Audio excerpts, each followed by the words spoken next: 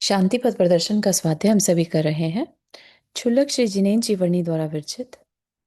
मंगलम भगवान वीरो मंगलम गौतमोकणी मंगलम कुंद कुंदाद्यो जैन धर्मोस्तु मंगलम। नमो अरिहंताणम नमो सिद्धाणम नमो आयर्याणम नमो उवज्जायाणम नमो लोए सवसाहुणम। पंच परमेष्ठी भगवान की जय। अगले 45 मिनट के लिए सभी प्रकार के पापों का त्याग करके सभी नववर्ण मुखर मंत्र पढ़ लें।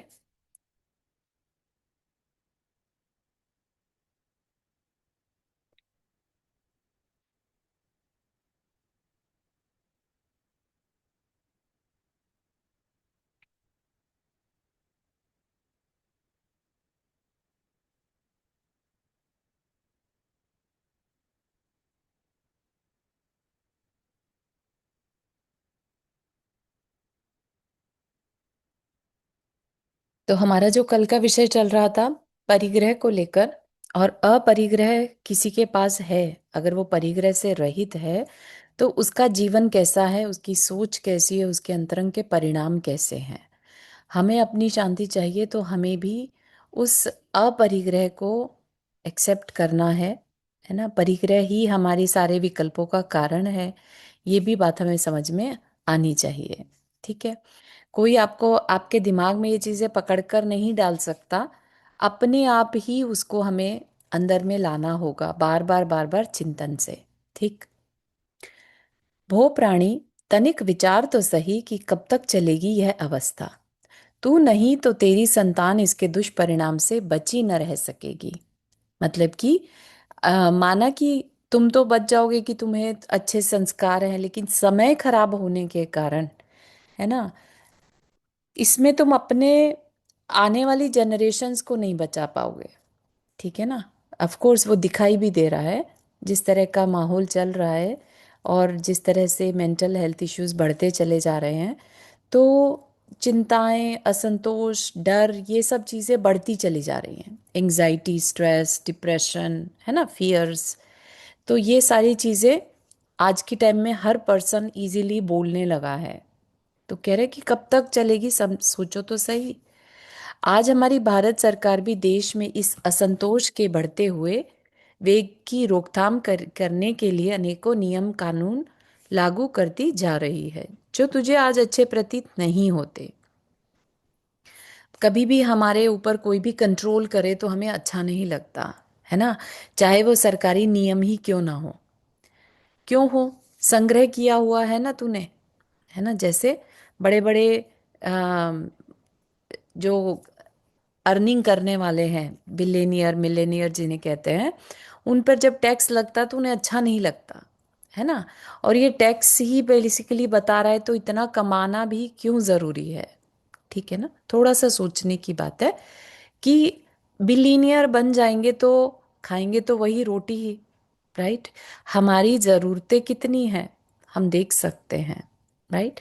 तो ऐसा ना हो कि हम दूसरे के रिसोर्सिस को अपने पास दबाकर बैठे हों, जिसे पहले के टाइम में काला बाजारी भी कहते थे, एक्स्ट्रा होर्डिंग भी कहते थे, है ना। जब आपातकालीन इमरजेंसी सिचुएशंस होती हैं, जैसे फ्लडिंग हो गया, कुछ और कारण बने, तो जैसे खाने पीने की चीज़ें कम पड़ जाती हैं, राइट। और कुछ लोग ऐसे में उस सिचुएशन का भी फायदा उठाते हैं कि मेरे पास है तो मैं महंगा करके बेचूं, क्योंकि दूसरों को ज़रूरत है, तो वो औने पौने दाम एक्स्ट्रा भी पे करने के लिए इसके लिए रेडी होंगे। तो वो चीज़ जो है यहाँ पर, उसको मना किया जा रहा है। दूसरे के मजबूरी का फ़ायदा ना उठाया जाए, दूसरे का एडवांटेज ना लिया जाए, है ना। दूसरे के रिसोर्सेज को अपने में मिलाकर खुश ना हुआ जाए। इसको हम विषय संरक्षणी रौद्र ध्यान भी कहते हैं। परिग्रह में आनंद मानना। ठीक है ना। क्यों हो संग्रह किया हुआ है ना तूने, पूंजीपति जो ठहरा तू, तुझे क्या परवाह दूसरे की आवश्यकताओं की। तेरा हृदय उन नियमों के विरुद्ध उपद्रव करने के लिए प्रेरित कर रहा है तुझे, पर क्या करे, साहस नहीं।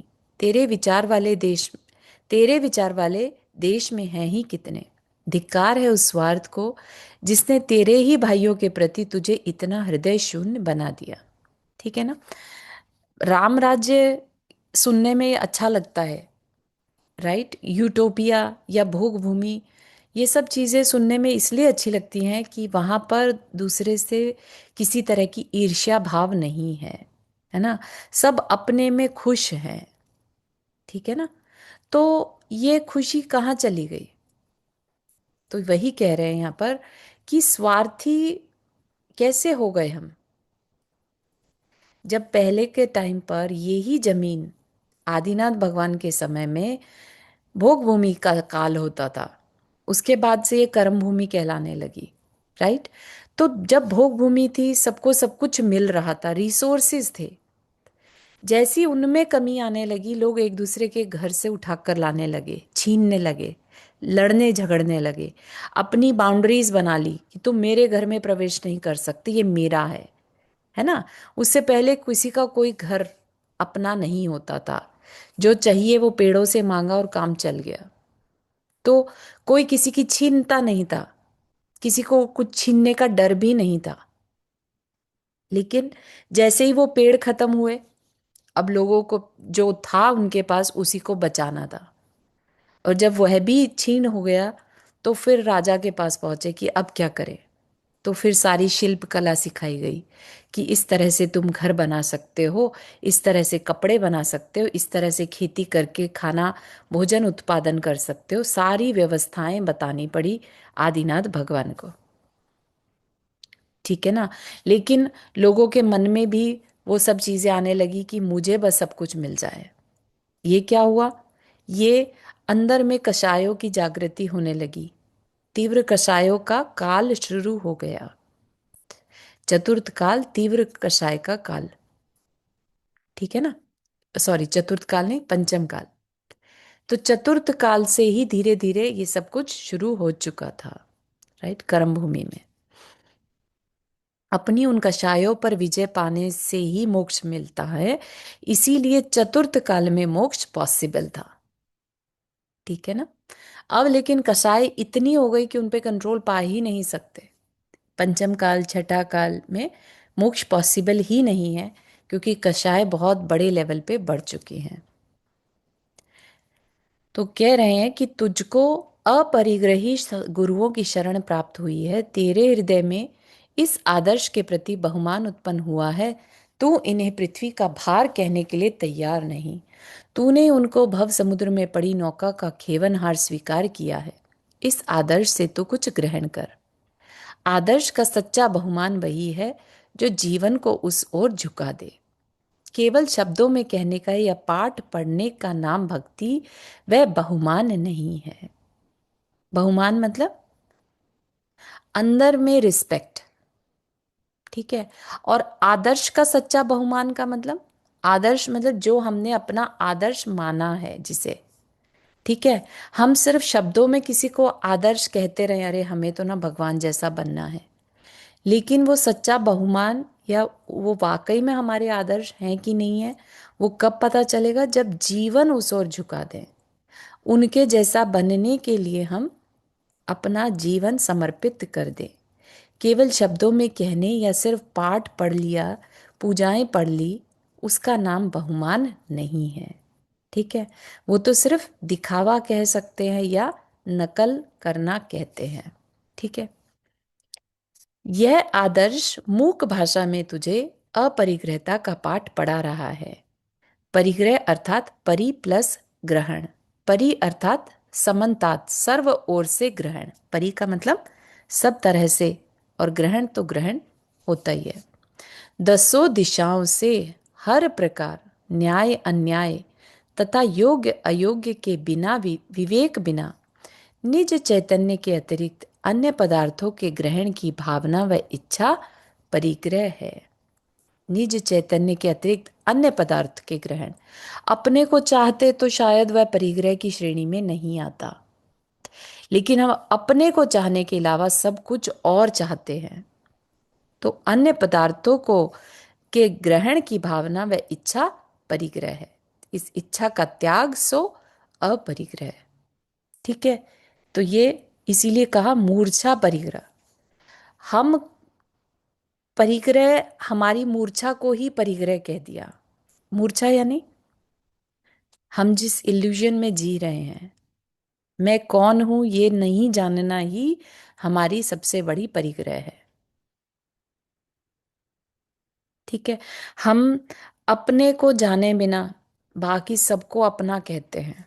ये मेरा है, ये शरीर मेरा है, ये गुस्सा मेरा है, ये मेरा बिहेवियर मेरा है ना, ये पसंद मेरी है। ये सब कुछ मेरा कहना ही हमारा सबसे बड़ा परिग्रह है। ठीक है ना। तो इस चीज से हमें, इस चीज पे बहुत ज्यादा चिंतन की आवश्यकता है। ये बिना चिंतन के आ ही नहीं सकता। मूर्छा परिग्रह है, ये बात को फील करने के लिए हमें शांत बैठना होगा, उस अपनी मूर्छा को महसूस करना होगा। ठीक है ना। तो यदि ऐसा ना हो तो अत्यंत असंतोषी जीवन बिताने वाले निर्धन जन भी अपरिग्रही कहलाएंगे। जिनके पास कुछ नहीं है फिर तो उन्हें भी अपरिग्रही अपरिग्रही कह सकते हैं। लेकिन अपरिग्रही सिर्फ पैसा नहीं होने का नाम नहीं है। अपरिग्रही वह है जिसके अंदर मूर्छा भी नहीं है। हाँ चारू जी, आपने हाथ रेस किया। हाँ जय जिनेन्द्र। जय जिनेन्द्र। तो आपने ये बोला कि हम जो अपनी मतलब नाम और अपनी इमेज को जो बना लेते हैं और हम्म। उससे अपने आप को अटैच कर लेते हैं कि हमारे बारे में, मतलब ये हमारी इमेज है, हम ऐसे इंसान हैं, ये परिग्रह है, आप ये बोलने की कोशिश कर रहे ये थे? परिग्रह है, ये बहुत बड़ा परिग्रह है, क्योंकि ये क्या है, हमारा बिलीफ सिस्टम है। तो बिलीफ सिस्टम भी तो हमने बनाया है, तो वह भी तो परिग्रह है ना। ये मेरा बिलीफ है, समझ रहे हैं आप। हम्म। ये तो मेरी हम आइडेंटिटी है, ये भी परिग्रह है। वह तो मतलब हम इस इमेज के लिए जो भी कुछ करते हैं वो सब कुछ हम बेसिकली परिग्रह कर रहे हैं। बिल्कुल। बिकॉज हम्म। आत्मा का अपना कुछ है ही नहीं, समझ रहे हैं। आत्मा अपने हम्म। को कभी ये नहीं कहेगी कि मैं छोटी, मैं बड़ी, मैं बूढ़ी, मैं यंग, कुछ मतलब नहीं है उसे। राइट। आत्मा सब जीवों में सेम है, अमूर्तिक है। तो जितनी भी हमने स्टैंपिंग करी है कि मैं ऐसा, मैं वैसा, ये मेरा बिलीफ भी, इवन दैट इज ऑल्सो परिग्रह। मतलब बात समझ में आ रही है, बट आई थिंक उसको ग्रास्प करने में हाँ। थोड़ा सा टाइम लगेगा। हाँ, बहुत चिंतन की आवश्यकता है। और जैसे ही ये चिंतन में आ गया ना, एकदम से इतना लाइट फील होता ना अंदर से, क्योंकि परिग्रह ही हमारे लिए भार है। ठीक है। परिग्रह जैसे ही हटेगा, अरे मेरा तो कुछ है ही नहीं। ठीक है ना। तो उतनी देर के लिए तो एटलीस्ट हम अपरिग्रही कहला सकते हैं ना। जितनी देर के लिए हम अपने को सारी उपाधियों से अलग सिर्फ एक आत्मा मानकर बैठे हैं, महसूस कर रहे हैं, उतनी देर के लिए हम अपरिग्रही कहलाते हैं। ठीक है ना। इवन हम्म। इवन महाराज जी तो ये तक कहते हैं, जैसे हम लोग ने स्टार्ट करते हैं ना पांचों पापों का त्याग करके स्वाध्याय करते हैं, तो वह भी उतनी देर के लिए, अगर हम वाकई पे उस पे काम कर पा रहे हैं, दोष नहीं लगा रहे हैं उसमें, तो हम उतनी देर के लिए उपचार से अपने को मुनि आरिका कह सकते हैं। ठीक है ना। इतनी बड़ी बात होती है ये अंदर से फील करना कि पाप बुरा है, तभी तो हम छोड़ने की बात सोच रहे हैं। ठीक हम्म। है ना। मतलब बात पूरी तरह समझ में आ रही है, पर उसको मतलब हर वक्त चिंतन में कैसे रखें, या मतलब अपनी थॉट्स में कैसे लेके आए, वो नहीं समझ में आ रहा है मुझे इस हाँ, समय। हर समय ला पाना, अभी तो देखो अपनी जिस अवस्था में हम हैं, क्योंकि हमारे साथ विकल्प बहुत जुड़े हैं, क्योंकि वाकई में हमारे पास परिग्रह बहुत ज्यादा है। ठीक है ना। तो सारे टाइम ना कर सके तो शांत जब बैठे हैं बस उस टाइम तो अपने पास रहें। राइट। अभी अभी एक चिंतन आ रहा था कि अनादि से हमने अपने को नहीं पाया, पहचानना, क्या पता पहचाना भी ना हो कभी, है ना। अनादि से मतलब ऐसा क्या हो गया जो हम अनादि से अपने को नहीं पहचान पा रहे हैं, अपने को पाने की इंटरेस्ट ही नहीं है। ले दे के वही चार कषायों में सारा अनादि काल निकाल दिया। ऐसी क्या हमारी मजबूरी है जो हम इस तरह से अपने को बंधा हुआ, मतलब इतना इतना ज्यादा इन कषायों में हम उलझे हुए हैं कि हमने अनादि काल निकाल दिया। समझ पा रहे हैं ये बहुत बड़ी गाथा है एक्चुअली एक, कि काम भोग की कथा हमने इतनी बार सुनी है, पढ़ी है और अप्लाई करी है। ठीक है, हम बहुत इजीली वो करते हैं, हमें ये खाना है, हमें ये जाना है, हमें ये करना है। ठीक है ना, ये सब तो हम बहुत आराम से करते हैं, हम जैसे परफेक्शनिस्ट हों उसमें तो कभी कहने की भी जरूरत नहीं है, हमें पता है क्या करना है। एक बच्चा भी पैदा होते साथ उसको पता है कि मुझे भूख लगी है, मुझे भोजन चाहिए। हम्म। लेकिन मैं सोल हूँ, मेरा पर्पस क्या है, मैं इस शरीर से अलग हूँ, इस तरफ हमारा उतना ध्यान नहीं जाता, अनादिकाल से ही नहीं गया। तो बहुत बड़ा, आपको नहीं लगता कि ये मोमेंट जब हम ऐसा सोच पा रहे हैं या ऐसा विचार भी आ रहा है हमारे अंदर कि मैं इस शरीर से अलग कुछ हूं, ये अपने आप में बहुत दुर्लभ क्षण है। ठीक है ना, जब वर्णी जी ने ये स्टार्ट किया था ना शास्त्र, शांति पथ प्रदर्शन के बिगिनिंग के फर्स्ट चैप्टर में ही उन्होंने ये कहा था कि ये दुर्लभ वस्तु तुम्हें मिल जाएगी जब तुम ये पूरा कंप्लीट कर लोगे। हम्म। समझ रहे हैं? तो अब उसकी दुर्लभता समझ में आ रही है और वो क्या वस्तु है वो भी समझ में आ रहा है। हाँ। राइट।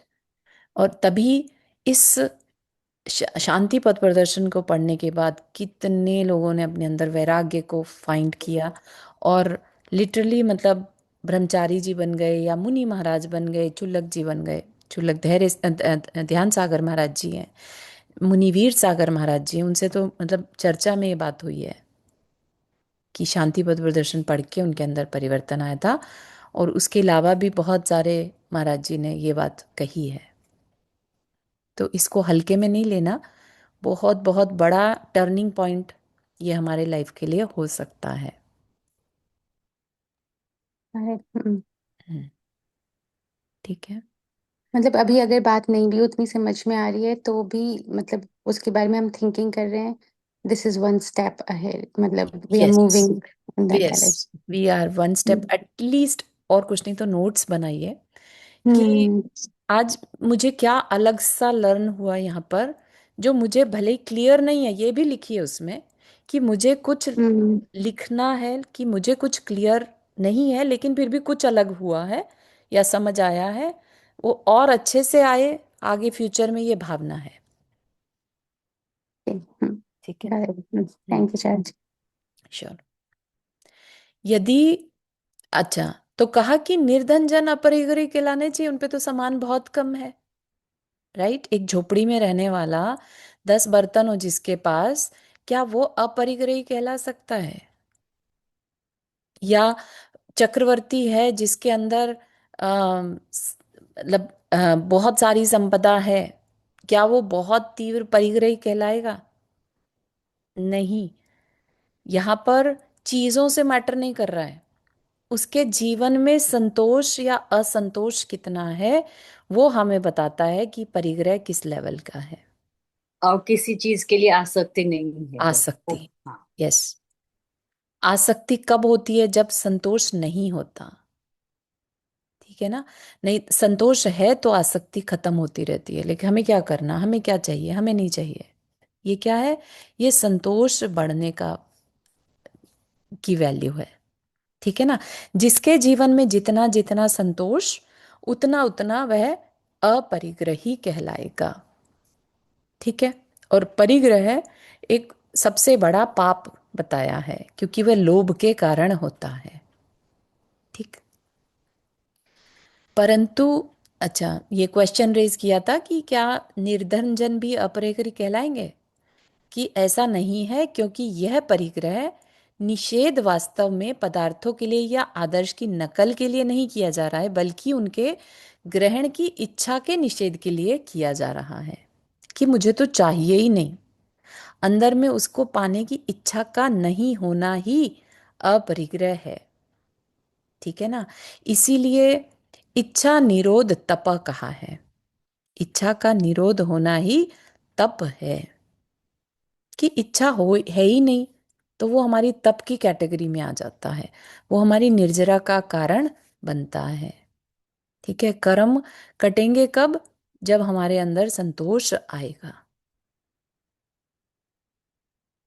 ठीक है ना। कि अगेन, अनादिकाल से बस चाह ही रहे हैं, ये मुझे मिल जाए, ये मुझे मिल जाए, बस ये मिल जाए तो मेरा काम हो जाए। वो मिल जाता है, फिर दूसरी चीज के पीछे भागता है। राइट। तो वो खत्म ही नहीं हो रहा है। तो ये क्या है? इच्छाएं ही तो हैं। और इच्छाओं के कारण कर्म बंद हो रहा है, अशांति बनी हुई है। तो कहीं ना कहीं तो साइकिल को तोड़ना ही पड़ेगा ना। आपकी भी ये बात सुन के मुझे आज पहली बार समझ में आ रहा है कि रस त्याग का क्या इम्पोर्टेंस है। हम्म। रस त्याग, इच्छा ही नहीं होना। हाँ। भोजन के प्रति आसक्ति नहीं होगी ना जिसकी, वही रस त्याग कर सकता है। ठीक है ना। राइट। हम्म। और थैंक यू। हम्म, वह भी इसलिए कि ये इच्छाएं ही अशांति व असंतोष की जननी है, और इनके अभाव में ही संतोष व शांति है। जिसे शांति के अतिरिक्त कुछ नहीं चाहिए, उसके हृदय में कैसे अवकाश पा सकती हैं ये इच्छाएं, और इच्छाओं के अभाव में कैसे हो सकता है संपत्ति का ग्रहण तथा संचय। ठीक है।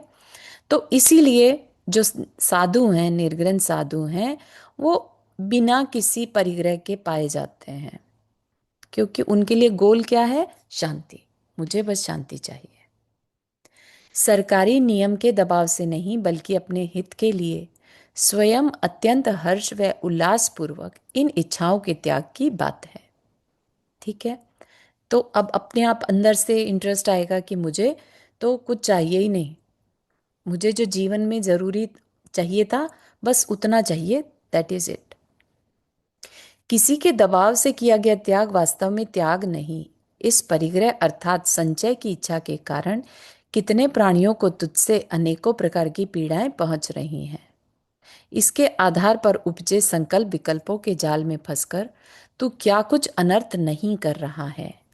हिंसा का एक बड़ा भाग इसी इच्छा की महान उपज है, और इसलिए परिग्रह हिंसा की जननी है, महान हिंसा है।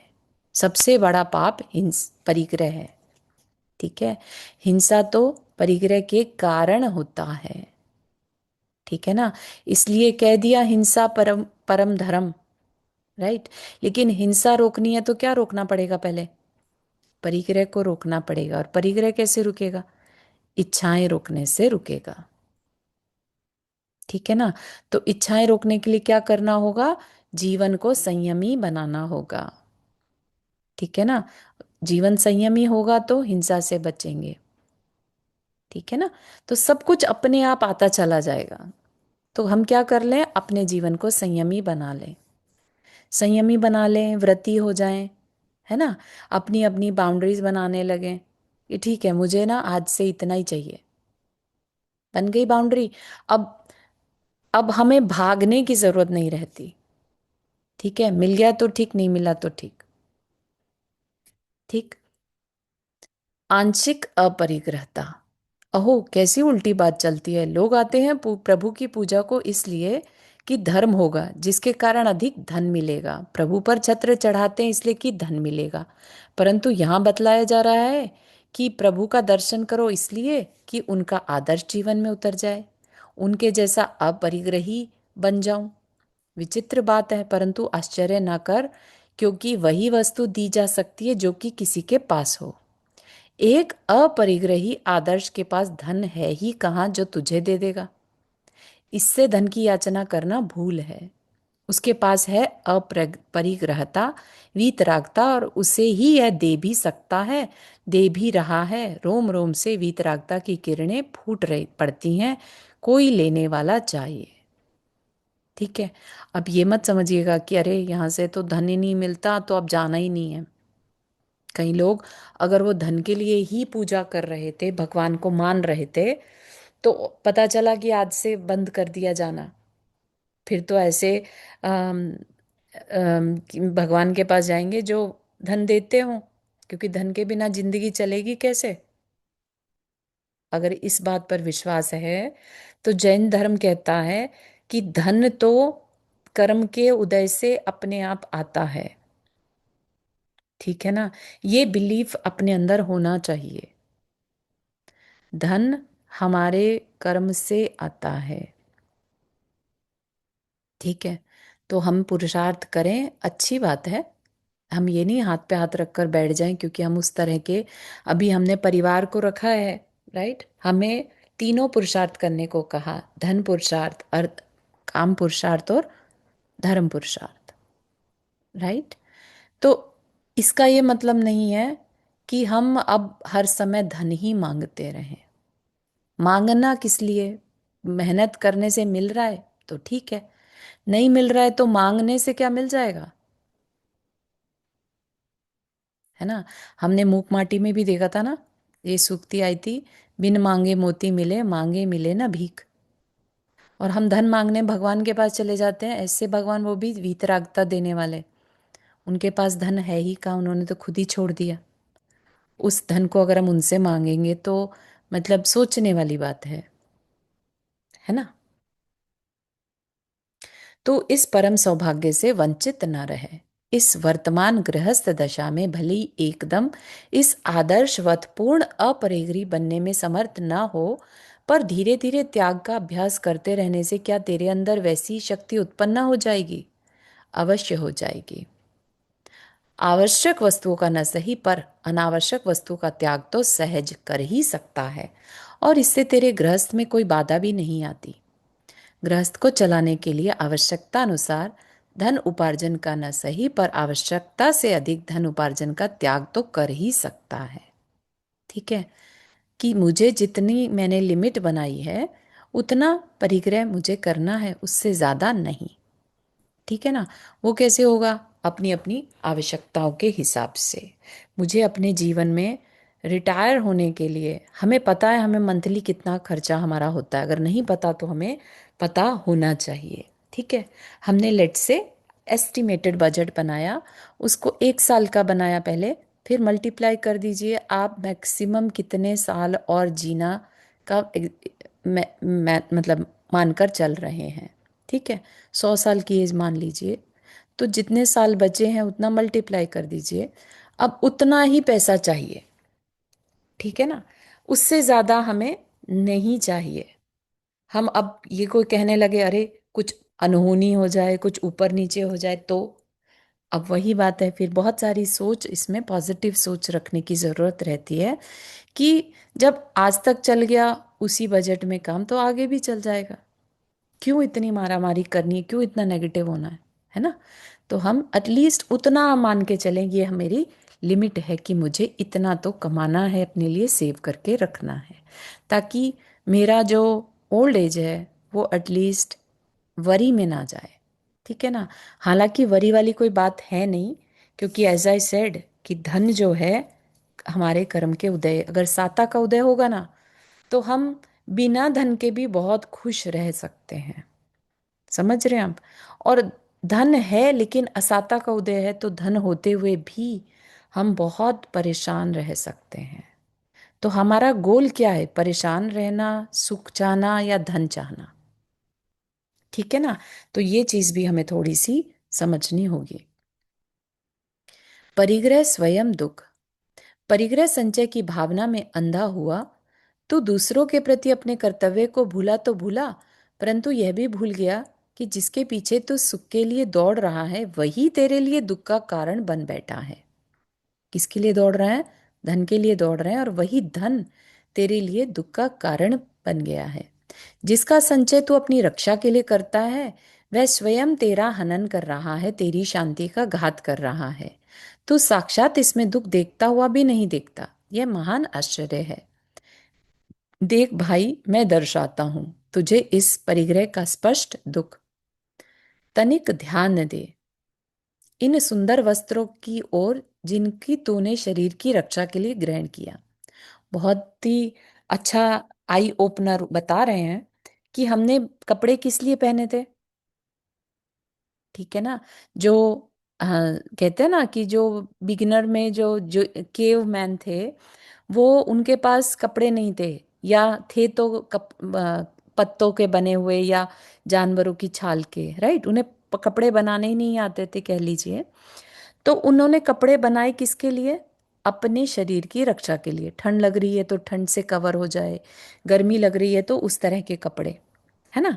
लेकिन आज अब हमने क्या कर लिया, हमने ऐसे कपड़े बना लिए या पहन लिए कि अब हम उसकी रक्षा कर रहे हैं। जैसे हमने बहुत भारी महंगे कपड़े पहन लिए, अब क्या हमें अगर थकान भी हो रही हो, यहीं पर बताया है कि लेट से थकावट अनुभव करते हुए भी तथा बैठने की इच्छा करते हुए भी तू बैठ नहीं सकता, पैंट की क्रीज जो बिगड़ जाएगी, 1000 रुपए की साड़ी पर हुआ जरी का काम जो खुसट जाएगा। ठीक है ना। मतलब उस समय की बात करें 1970s में 1000 रुपए की, आज की डेट में लाखों की कह लीजिए। कोई साड़ी अगर तुम्हारी लाखों की आई, तुम ऐसे ही कहीं पे भी बैठ जाओगी क्या? क्या हो गया? पहले कपड़े हमारी रक्षा करने के लिए बनाए थे, लेकिन अब हम कपड़ों की रक्षा कर रहे हैं। समझ रहे हैं आप? आज वस्त्र तेरे लिए नहीं बल्कि तू वस्त्र के लिए है, क्योंकि वस्त्र शरीर की रक्षा के लिए ना होकर आज शरीर को सजाने के लिए है। खेद है कि फिर भी तू इस वस्त्र को सुख का कारण मान रहा है।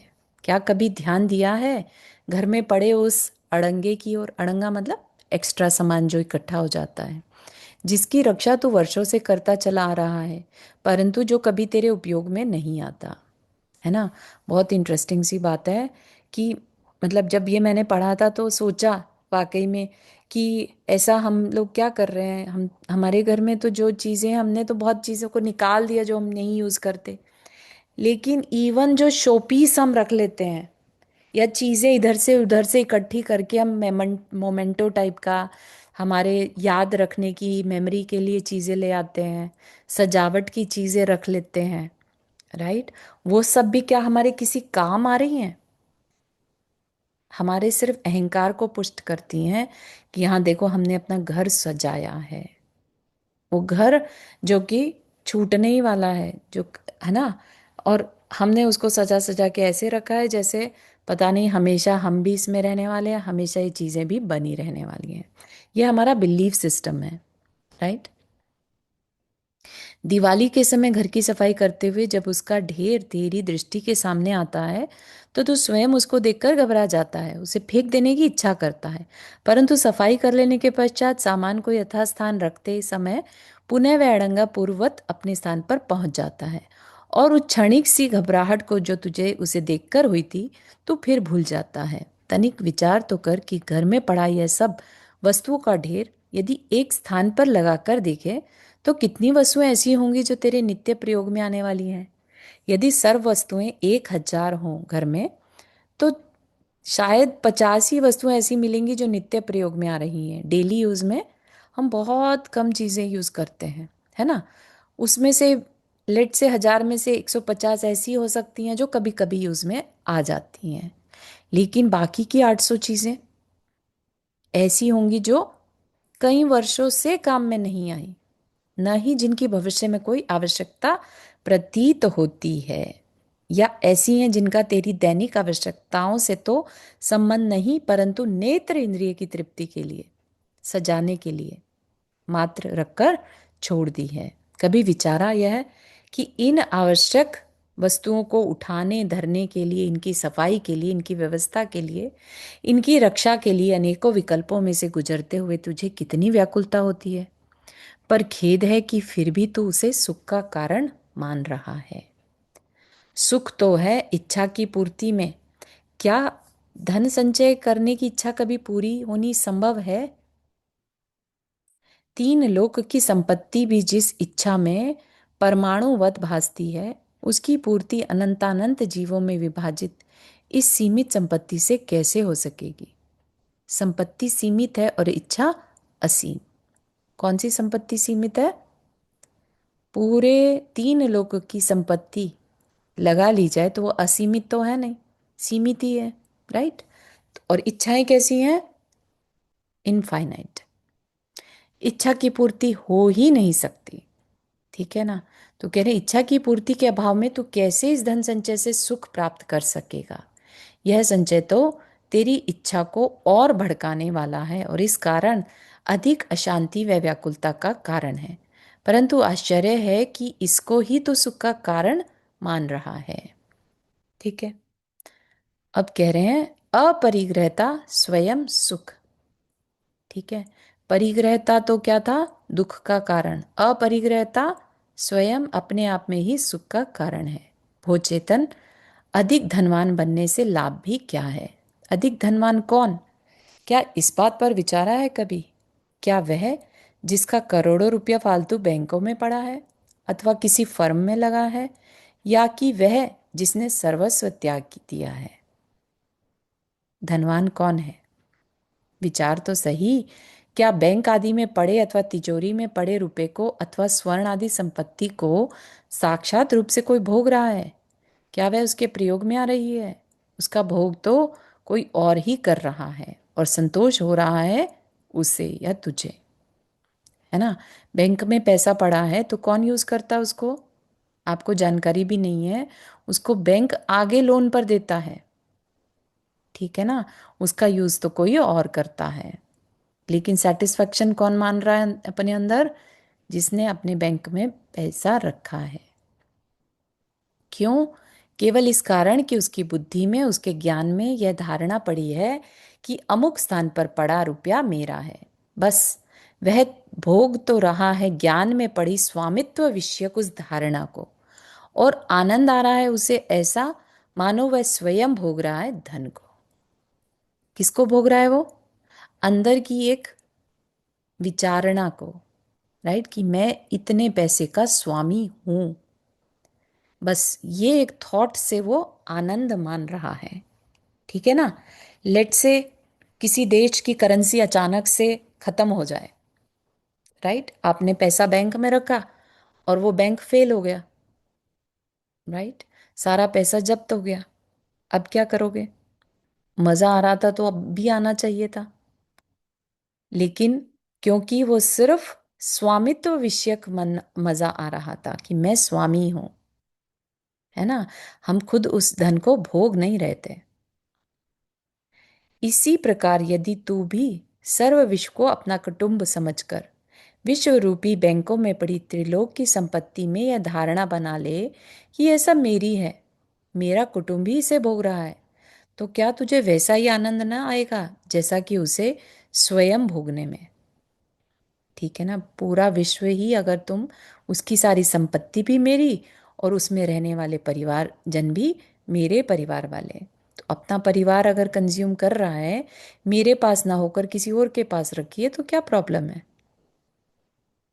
ठीक है ना। इस प्रकार देखने से तू ही बता कि दोनों में कौन अधिक धनवान प्रतीत होता है। ठीक है ना। धन कमाने के विकल्पों में फंसे बिना तथा अशांति में पड़े बिना 3 लोक का अधिपति बनने की बात है, और इस प्रकार वास्तव में सर्वस्व त्यागी ही यथार्थ धनिक है, भौतिक धन का भी तथा संतोष धन का भी। ठीक है ना। इसको एक दूसरे तरीके से समझे तो जो सोल है, राइट, जो हम हैं वास्तव में, उसमें क्षायिक लाभ है, राइट, उसमें किसी भी प्रकार का अभाव नहीं है। ठीक है ना। तो इसका क्या मतलब है? जो अभाव हम बाहर में फील करते हैं वो सिर्फ हमारी सोच का है, हमारे कर्म से उदय हुआ है। आत्मा अपने आप में इनफाइनाइट अबंडेंस को लिए हुए है। ठीक है ना। तो उस अपेक्षा से भी हम क्या है? वास्तविक धनी हैं। ठीक है ना। बाहर में कर्म के उदय से हमें थोड़ा कम धन जो दिखता है दूसरे के कारण, राइट। कभी इस चीज को नोट किया है कि कुछ कुछ व्यक्ति ऐसे होते हैं जिनके ग्रह दशा कुछ इस तरह की होती है, राइट, कि वो एक छोटी सी कम्युनिटी में भी राजा की तरह से रहते हैं, राइट। और एक बहुत बड़े राज्य में बहुत बड़ी पावर होने के बाद भी उसको सत्ता नहीं मिलती, ठीक है ना। वो सत्ता में कोई और होता है, ठीक है ना। तो वो राजा फील नहीं कर पा रहा है अपने आप को, सब कुछ हो है उसके पास। तो इसमें सुखी कौन, ठीक है ना। जो छोटी जगह पर रहकर भी अपने आप को राजा तुल्य रह पा रहा है, वो ज्यादा बेटर है। तो कहने का तात्पर्य यह है कि राजा बनना मैटर नहीं करता, हमारा सुख शांति के साथ जीवन जा पा रहा है कि नहीं, ये मैटर करता है, ठीक है ना। हमारे पास बल कितना है उससे मैटर नहीं करता, ठीक। यहाँ पर हाँ, ये नंदा जी आपका क्वेश्चन लेते हैं, एक बार ये पूरा कर लें ताकि हमारा चैप्टर एंड हो जाए। वैसा बनने का लक्ष्य बना तो क्यों एक दो चार ठीकरों की चमक से अंधा हो अपनी शांति का गला घोट रहा है, क्यों अपना कर्तव्य भूल बैठा है, क्यों स्व व पर प्राणों का हनन कर रहा है। समझ, इधर आ, संतोष धर, जीवन की आवश्यकताओं को सीमित कर तथा उस सीमा से अधिक संचय का प्रयास छोड़ दे। आगरा के पंडित बनारसी दास जी का व पंडित सुखदास जी का जीवन याद कर। आज से 450 साल पहले वो हुए, वे भी गृहस्थ थे, जिनके संतुष्ट हृदय ने अपने ऊपर प्रसन्न हुए डिप्टी से बजाय यह मांगने की कि उनका वेतन बढ़ा दिया जाए। ये शायद कोई और बनारसी दास जी हैं, ठीक है, लुक्स लाइक अंग्रेजों के टाइम में यह मांगा था कि उनका वेतन 8 रुपए की बजाय 6 रुपए कर दिया जाए और कार्य बजाय 8 घंटे के 6 घंटे लिया जाए, जिससे कि वे शेष 2 घंटों में अपनी शांति की उपासना कर सकें। यह उसी समय संभव हुआ जबकि उनकी दैनिक आवश्यकताएं बहुत कम थी, उनका जीवन सीमित था। भौतिक धन से कहीं अधिक उनकी दृष्टि में संतोष धन का मूल्य था। वैसा ही तू भी बनने का प्रयत्न कर और तू अनुभव करेगा साक्षात रूप से जीवन में धीरे धीरे प्रवेश करती उस शांति का। यदि अपरिग्रही आदर्श की शरण में आया है, यदि वीर प्रभु का व दिगंबर गुरुओं का उपासक कहलाने में अपना गौरव समझता है, तो अवश्य अपने जीवन में उपरोक्त रीति से कुछ न कुछ संतोष उत्पन्न कर। संतोष धन ही वास्तविक धन है, क्योंकि यह प्रत्येक जीव के स्वामित्व में पृथक पृथक अपना अपना ही उत्पन्न होता है और किसी अन्य के द्वारा बंटवाया नहीं जा सकता। सीमित इच्छा की पूर्ति में संतोष हो जाने के कारण यहाँ ही सुख संभव है। अतः सोना चांदी रुपया पैसा घर जायदाद कपड़ा बर्तन तांगा मोटर पशु आदि वस्तुओं का और सजावट की वस्तुओं का परिमाण तथा सीमा बांधकर अपने जीवन को कुछ हल्का बना। आदर्श की शरण का फल यही है, ठीक है।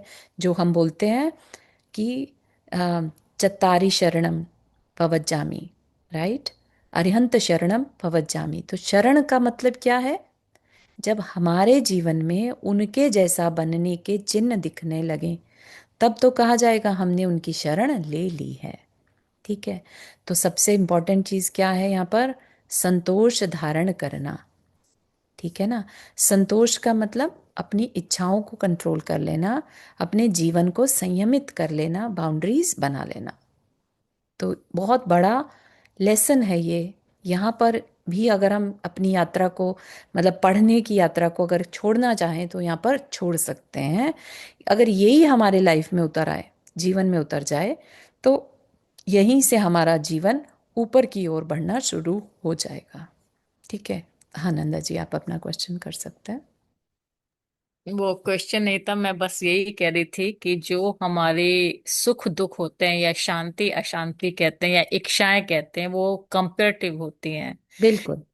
किसी मतलब एक किसी को सुन रही थी तो उसने कहा जब हम बचपन में बहुत गरीब थे और हमारे पास जूते भी नहीं थे, तो हम सारे ही बच्चे स्कूल जाते हुए बिना जूते के जाते थे और मेढक की तरह फुदक फुदक के जाते थे और कभी हमको इस बात का दुख नहीं। और बिल्कुल। जब हम किसी ऐसी कंपनी मतलब लोगों के संगत में आ जाते हैं जहाँ मतलब बहुत है, तो आपके चार जोड़ी जूते भी कम पड़ जाते हैं। तो वही बिल्कुल है सही। कि बिल्कुल संतोष सही, मतलब अपने बहुत आप सुंदर। को किस जगह पे रखना है। बिल्कुल सही। बिल्कुल सही है, जब हम छोटे थे तो थोड़ी चीजों में संतोष था, राइट। तो खुश रहते थे, जीवन में बहुत खुश रहते थे कि हमारे पास बहुत ही कम चीजें थी, गिनती के जूते, गिनती के कपड़े, राइट। और क्योंकि हम आज सभी के पास उतने सभी ही के था। पास, यस, लाइफ में सबके संतोष था, हाँ। राइट। इस तरह की कंज्यूमरिज्म नहीं था कि बस होना चाहिए, उपभोग, यूज एंड थ्रो वाला जो आज का टाइम आ चुका है, वो बहुत बहुत डेंजरस है, हम्म। अशांति का कारण है। यस, बिल्कुल सही है। ठीक है, यहीं तक रखें आज के लिए। चलिए, जिनवानी स्तुति। कुछ कहना चाह रहे हैं चारू जी? नहीं नहीं, सॉरी, वो गलती से हो गया। Okay, no worries. जावाणी के ज्ञान से सूझे लोकालोक, सोवाणी मस्तक धरो सदा देत हो धोख। हे जिनवाणी भारती तो ही जपो दिन रैन, जो तेरा शरणा गए सो पावे सुख चैन। नौ बार नमकर में।